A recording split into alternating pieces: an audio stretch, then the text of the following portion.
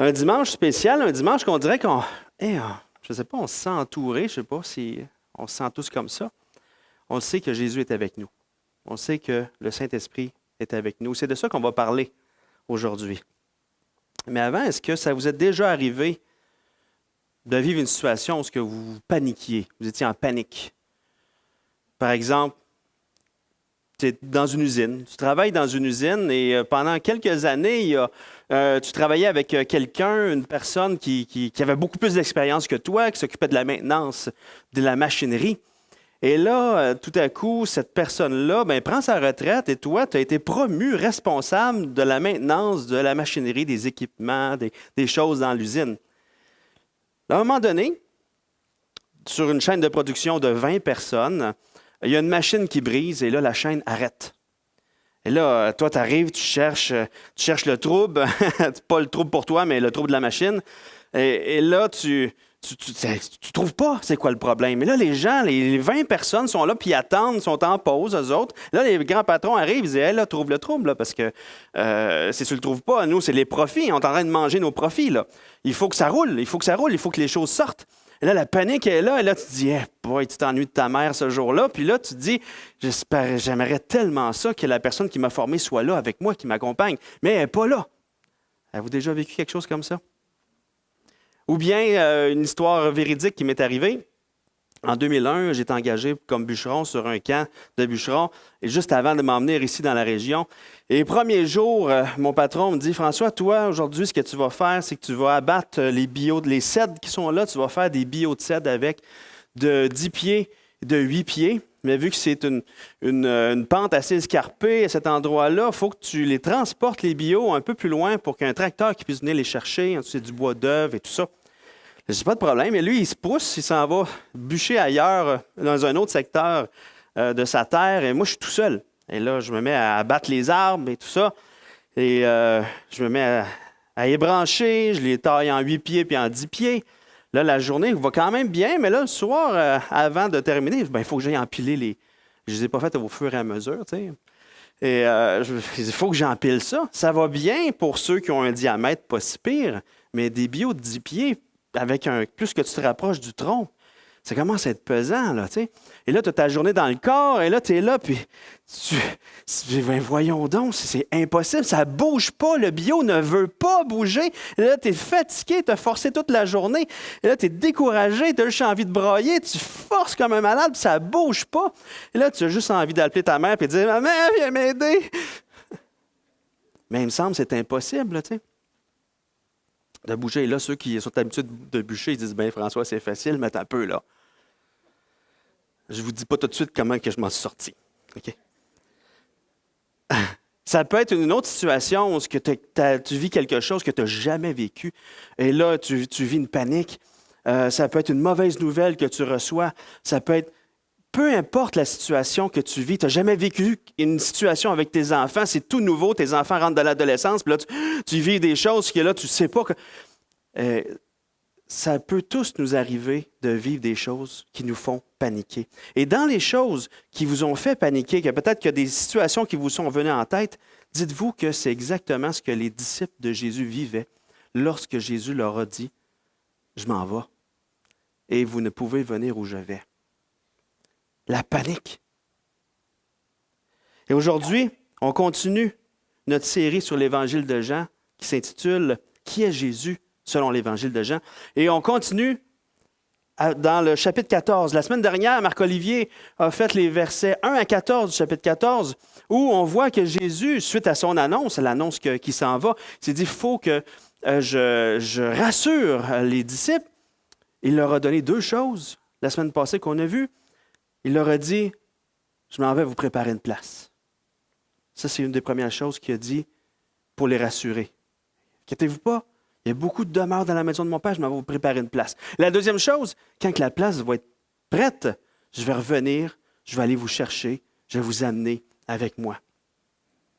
Et la troisième chose qu'on va voir aujourd'hui, à partir des versets 15 à 31, c'est que Jésus ne va pas les laisser seuls. Jésus, non seulement il leur prépare une place, non seulement il va venir les chercher, mais en attendant que la place soit prête, terminée, il laisse aux disciples un consolateur, un équipeur, un accompagnateur, quelqu'un qui va marcher avec eux, quelqu'un qui va les accompagner dans tout ce qu'ils vont vivre, le Saint-Esprit. Jésus va leur laisser le Saint-Esprit pour qu'ils ne soient jamais seuls. Et aujourd'hui, j'aimerais qu'on retienne cette phrase-là ensemble, avec le Saint-Esprit. Même lorsqu'on est seul, nous ne sommes jamais seuls. Peu importe où tu te trouves, que tu marches seul dans une ruelle, tu n'es pas seul. Le Saint-Esprit est là, avec nous, toujours. Donc, lisons ensemble les versets 15 à 31. Dans dans Jean 14. Jésus dit, « Si vous m'aimez, gardez mes commandements. Et moi, je prierai le Père, il vous donnera un autre consolateur, afin qu'il demeure éternellement avec vous. L'Esprit de vérité que le monde ne peut recevoir, parce qu'il ne le voit point et ne le connaît point, mais vous le connaissez, car il demeure avec vous et il sera en vous. Je ne vous laisserai pas orphelin, je viendrai à vous. Encore un peu de temps, et le monde ne me verra plus, mais vous me verrez, car je vis et vous vivrez aussi. En ce jour-là, vous connaîtrez que je suis en mon Père, que vous êtes en moi et que je suis en vous. Celui qui a mes commandements et qui les garde, c'est celui qui m'aime. Et celui qui m'aime sera aimé de mon Père. Je l'aimerai et je me ferai connaître à lui. » Jude, non pas l'Iscariote, lui dit, « Seigneur, d'où vient que tu te feras connaître à nous et non au monde? » Jésus lui dit, « Si quelqu'un m'aime, il gardera ma parole et mon Père l'aimera. Nous viendrons à lui et nous ferons notre demeure chez lui. Celui qui ne m'aime pas ne garde pas mes paroles. Et la parole que vous entendez n'est pas de moi, mais du Père qui m'a envoyé. Je vous ai dit ces choses pendant que je demeure avec vous, mais le Consolateur, l'Esprit Saint, que le Père enverra en mon nom, vous enseignera toutes choses et vous rappellera tout ce que je vous ai dit. Je vous laisse la paix, je vous donne ma paix. Je ne vous donne pas comme le monde donne, que votre cœur ne se trouble point et ne s'alarme point. Vous avez entendu que je vous ai dit, je m'en vais et je reviens vers vous. Si vous m'aimiez, vous vous réjouiriez de ce que je vais au Père, car le Père est plus grand que moi. Et maintenant, je vous ai dit ces choses avant qu'elles arrivent, afin que lorsqu'elles arriveront, vous croyiez. Je ne parlerai plus guère avec vous, car le prince du monde vient, il n'a rien en moi. Mais afin que le monde sache que j'aime le Père et que j'agis selon l'ordre que le Père m'a donné, levez-vous, partons d'ici. Les disciples ont besoin d'être rassurés. Ils ont vécu 3 ans avec Jésus. Ils l'ont suivi. Il était toujours là. Ils l'ont vu faire plein de grandes choses. Ils ont participé à plein de grandes choses avec lui. Quand Jésus a fait la multiplication des pains, il s'est servi des disciples pour distribuer de la nourriture à des milliers de personnes. Ils ont fait des choses qu'ils n'auraient jamais été capables de faire sans Jésus. Jésus avait toujours une réponse à leur donner, même si des fois, quand il leur posait une question, des fois, ils ne comprenaient pas trop la réponse, mais Jésus répondait toujours. Jésus savait toujours quoi dire aux pharisiens puis aux sacrificateurs. Jésus savait détourner les pièges de ceux qui voulaient porter la main contre lui. Jésus savait exactement faire ce qu'il devait faire au bon moment, avec les bonnes paroles. Il était en sécurité avec Jésus. Il était complètement en sécurité. Et Jésus, après l'annonce de son départ, voit qu'ils sont troublés et veut les rassurer absolument. Et il dit, pas de panique, je ne vais pas vous laisser seuls. Je ne veux pas vous laisser seuls, je vais vous envoyer le Saint-Esprit et vous n'allez jamais être seuls. Vous allez être accompagnés tout le temps. Et dans toutes les situations nouvelles que vous n'avez jamais vécues, le Saint-Esprit va être là, il va vous accompagner. Je vais marcher avec vous. Je vais être là par le Saint-Esprit. Je ne vous laisserai pas seul dans le bois. Je ne vous laisserai pas seul devant une machine qui ne fonctionne pas. Je ne vous laisserai pas seul devant une mauvaise nouvelle. Je ne vous laisserai pas seul devant une catastrophe. Je vais être là, toujours, avec vous. Donc, dans le passage qu'on vient de voir, Jésus n'est pas en train d'enseigner tout ce qui est enseigné dans le Nouveau Testament par rapport au Saint-Esprit, mais on va voir 3 choses qu'il apporte par rapport au Saint-Esprit. 3 choses qui va décrire du Saint-Esprit. Et la première chose qu'on va voir ensemble, c'est le moyen d'obtenir le Saint-Esprit. Comment on reçoit le Saint-Esprit? Jésus, dans le passage, à 3 reprises, il va parler de 3 manières différentes de la même chose.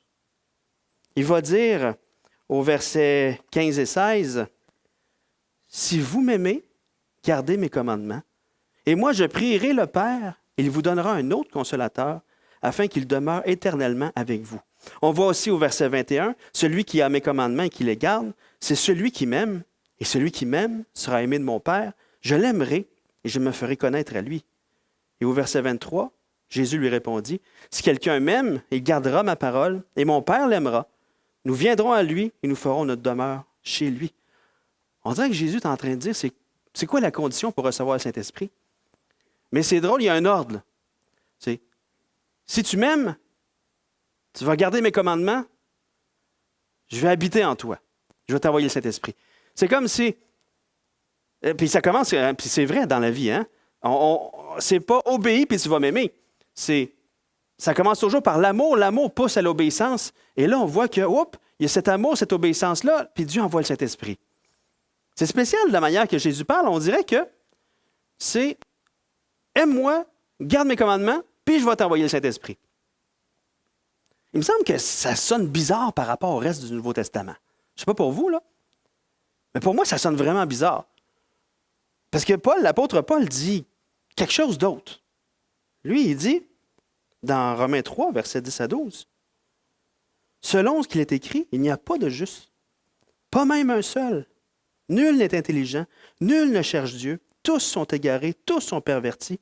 Il n'y en a aucun qui fasse le bien, pas même un seul. » Donc, si on regarde ce que Jésus dit, « Aime-moi, obéis, je vais donner le Saint-Esprit », bien, personne ne peut recevoir le Saint-Esprit parce que, finalement, naturellement, on n'aime pas Dieu. Ce que Normand a apporté tantôt, il y a ces murs-là autour de nous, du péché, qui fait qu'on n'aime pas Dieu, on s'aime nous en premier. Donc, c'est impossible pour qui que ce soit de dire, ben, je reçois cet esprit parce que j'ai aimé Dieu et que j'ai obéi à ses commandements. Vous voyez? Mais est-ce que Jésus et Paul se contredisent? Ah non, ils ne se contredisent pas. C'est juste qu'ils sont en train de parler à des personnes différentes. Je vous explique. Jésus, au moment où il est en train de parler à ses disciples, là, c'est le bout compliqué du message, là, je vous avertis. Jésus, là, où il parle à ses disciples, qui dit ces choses-là, Judas n'est plus là. Judas vient de quitter. Judas, là, il est quitté, il est allé livrer Jésus pour des pièces d'argent. Donc, Jésus, à qui il s'adresse? Il s'adresse à ses disciples, les 11 qui sont là, ceux qui suivent Jésus. Ceux que Jésus est déjà avec eux, ceux que Jésus est déjà dans leur présence, ceux qui aiment déjà Jésus, ils le suivent. C'est ses disciples qui le suivent. Oui, ils ne sont pas en train d'obéir complètement, parfaitement à ses commandements. On va voir Pierre qui va le renier pas longtemps après, mais on voit aussi Jésus qui va le rétablir. Mais dans la situation, Jésus est en train de s'adresser à ces 11 disciples qui sont là, qu'il a choisi ces 11 disciples-là pour qu'eux, qu'ils soient avec lui et qu'ils sont déjà avec lui. On voit au verset 17. L'esprit de vérité que le monde ne peut recevoir parce qu'il ne le voit point et ne le connaît point. Mais vous les 11, vous le connaissez car il demeure avec vous. Je suis là. Le Saint-Esprit, là, c'est moi qui va revenir, qui va venir vous habiter. Je suis déjà là, il demeure avec vous et il sera en vous. Jésus a choisi ces disciples-là qui, eux, suivent Jésus, qui l'aiment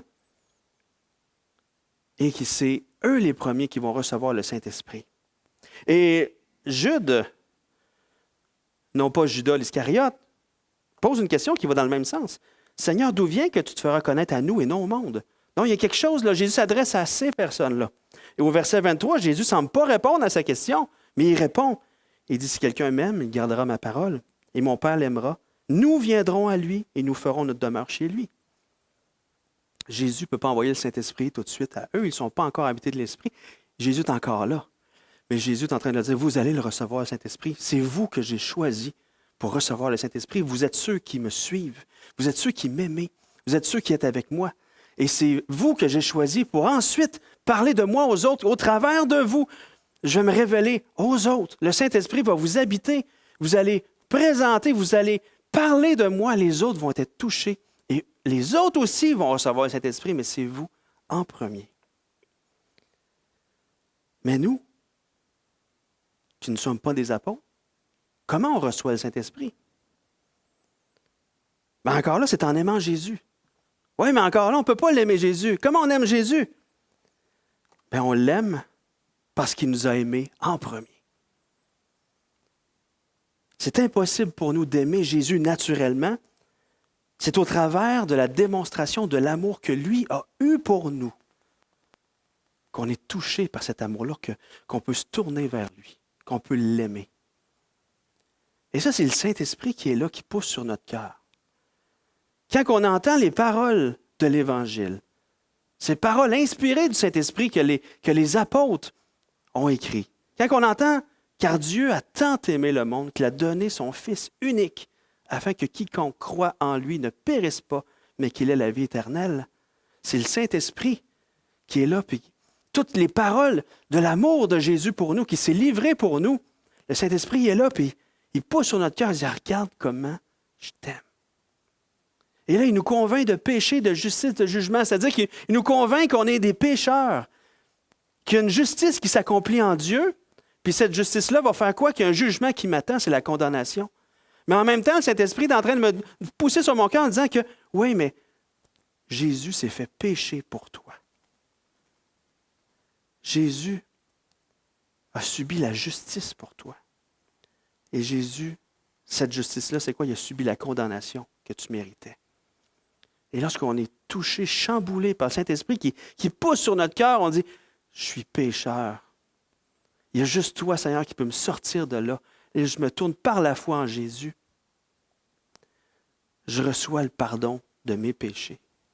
Et Jésus a vécu, lui, les commandements parfaitement pour nous. Donc, tout ce qu'il a fait est attribué à nous et notre péché est attribué à Jésus. Jésus subit la condamnation, la séparation d'avec Dieu à notre place.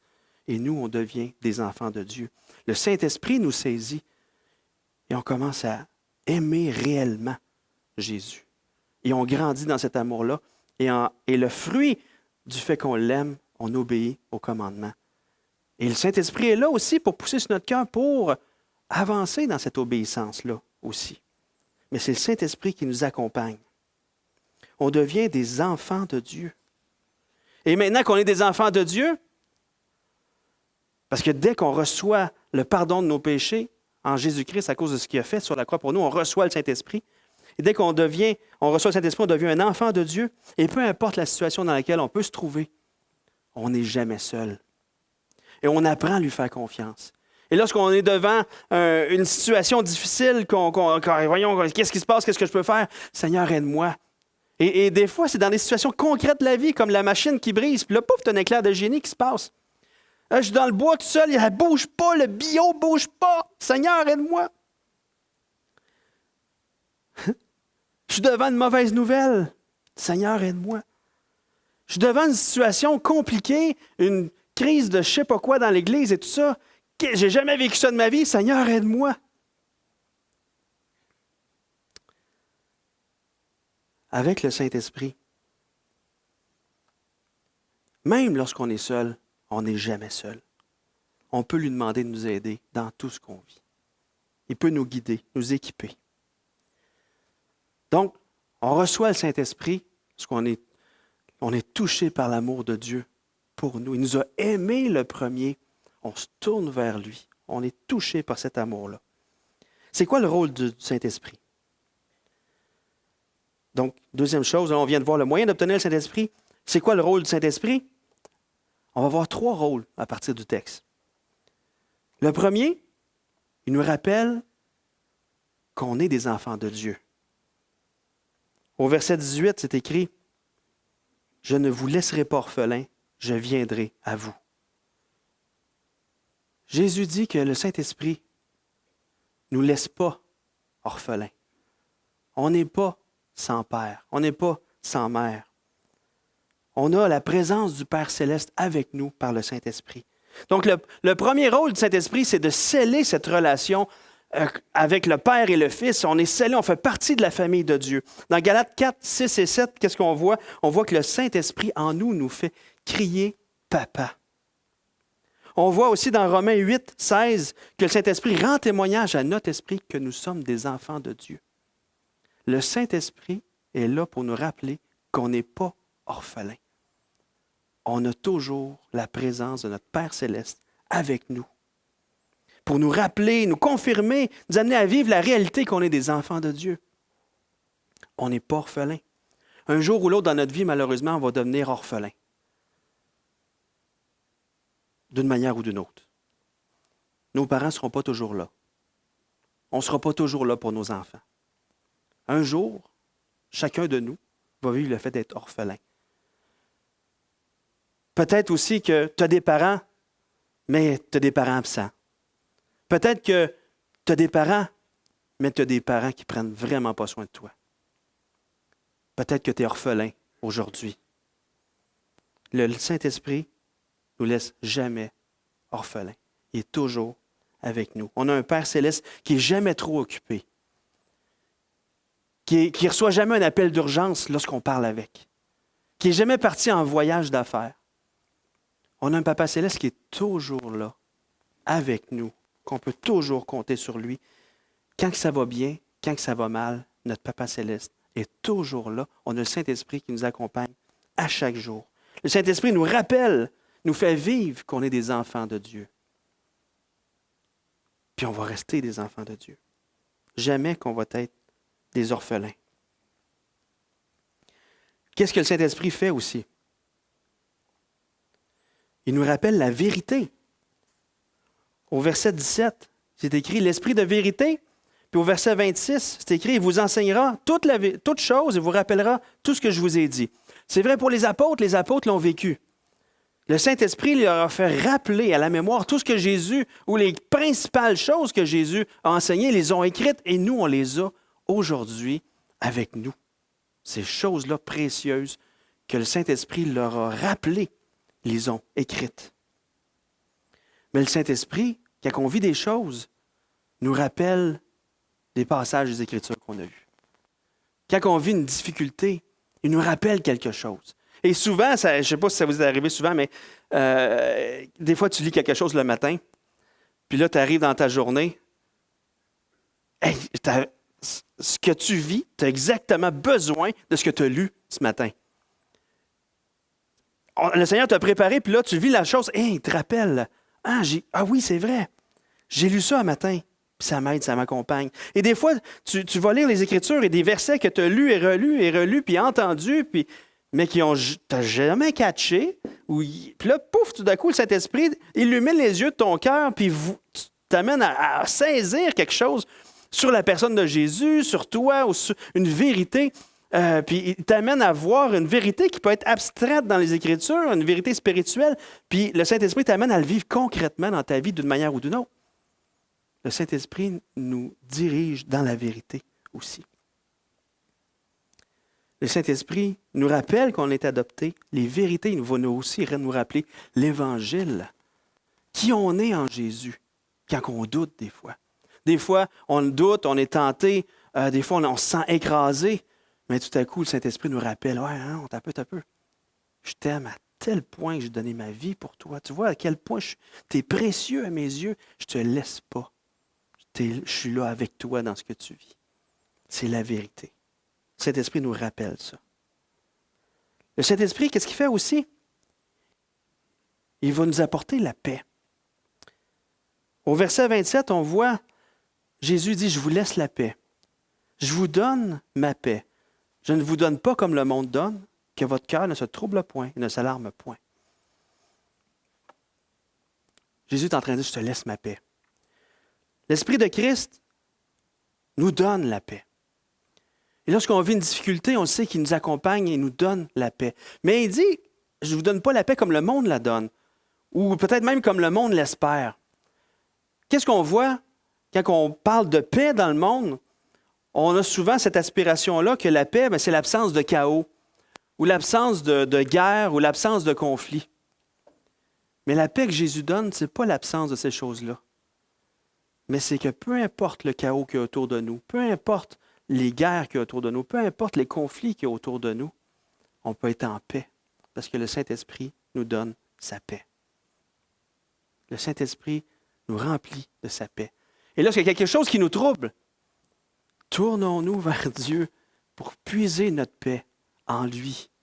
Au lieu d'essayer de la trouver ailleurs, d'essayer de combattre telle chose ou telle chose pour que ma paix soit gardée. Mais non, c'est la paix de Christ qui nous garde en paix et pas notre vision de la paix.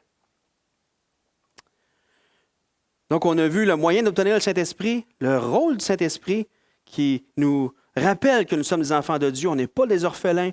Il nous rappelle la vérité, il vient nous apporter la paix. Et maintenant, on va voir, mais où habite le Saint-Esprit? C'est quoi la maison du Saint-Esprit? Où il vit? Selon le texte, les disciples sont en panique. Donc Jésus, dans le chapitre 13, vient de leur annoncer qu'hey, je m'en vais. Le chapitre 14, il veut les rassurer. Première chose, il leur dit, il y a beaucoup de demeures dans la maison de mon Père. Je vous prépare une place. Il y a beaucoup de demeures. Et au verset 23, Jésus dit, si quelqu'un m'aime, il gardera mes paroles et mon Père l'aimera. Nous viendrons à lui et nous ferons notre demeure chez lui.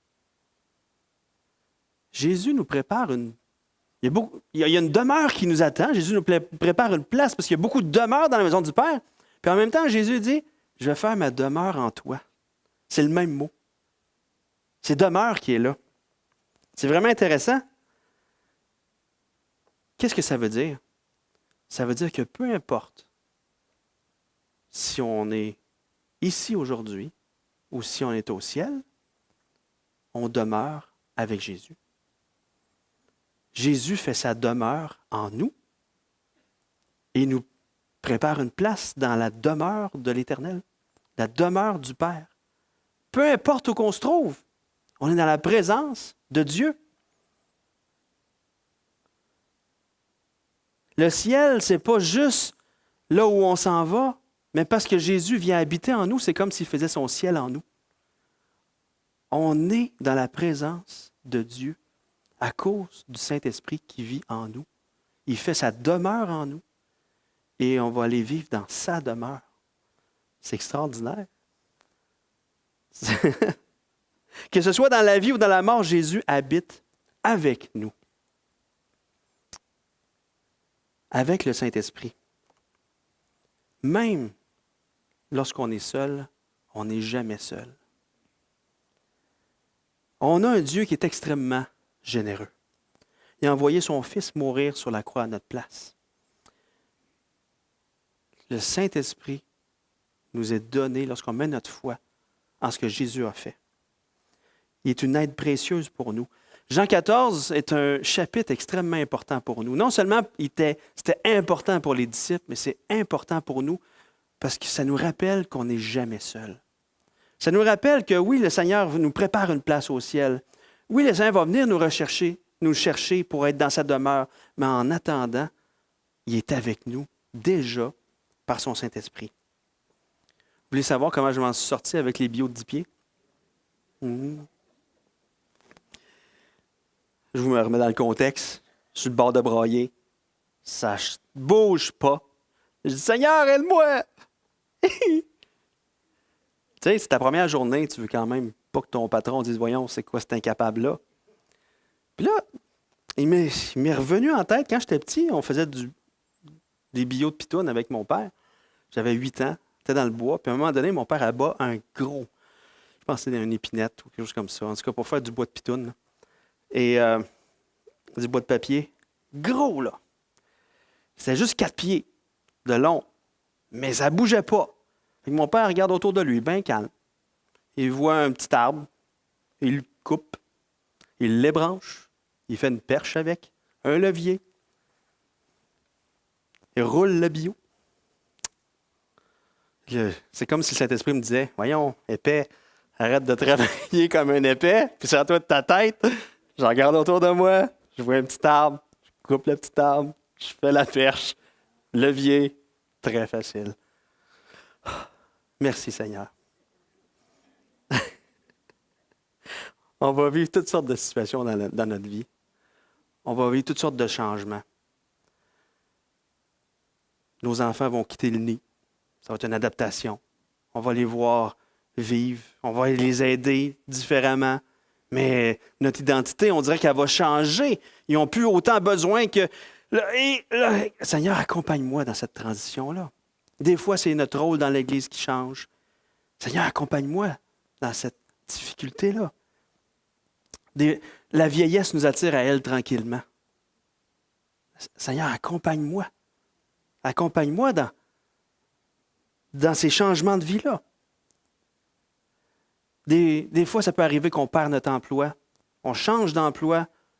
On perd tous nos points de repère. On recommence à zéro. Seigneur, accompagne-moi. Tu es là avec moi. Des fois, on vit toutes sortes de difficultés. On peut être tenté, comme les disciples, de paniquer. On va dire, oh non, qu'est-ce qu'on va faire? Celui qui m'a formé n'est plus là pour m'accompagner. Non, le Seigneur est là, avec moi. Le Saint-Esprit nous accompagne toujours. Il est notre aidant, il est notre équipeur. Il nous rappelle qui nous sommes et qui il est aussi. Aujourd'hui, tu vis-tu quelque chose de difficile? Une difficulté, un défi qui te stresse? Sache que le Seigneur t'accompagne.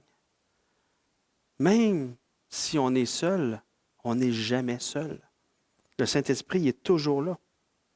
Si on se sent loin, non, on ne peut pas être loin. Le Saint-Esprit vit en nous. Il nous accompagne. Il est là. Il nous aide. Il va nous accompagner jusqu'à notre dernier souffle. Puis rendu à notre dernier souffle, il va encore nous accompagner pour nous amener dans sa demeure. Il va être là, toujours avec nous. Avec le Saint-Esprit, même si on est seul, on n'est jamais, jamais seul. Prions.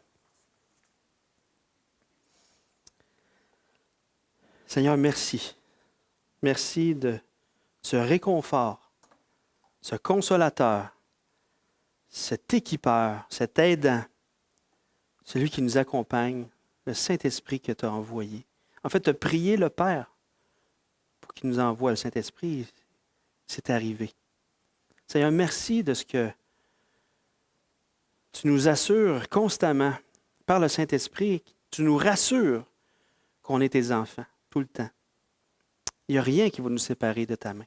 Rien ne va nous séparer de ton amour. On peut toujours compter sur toi. Et Seigneur, on le sait aussi que dans toutes les difficultés qu'on vit, toi, il n'y en a pas une que tu ne vois pas.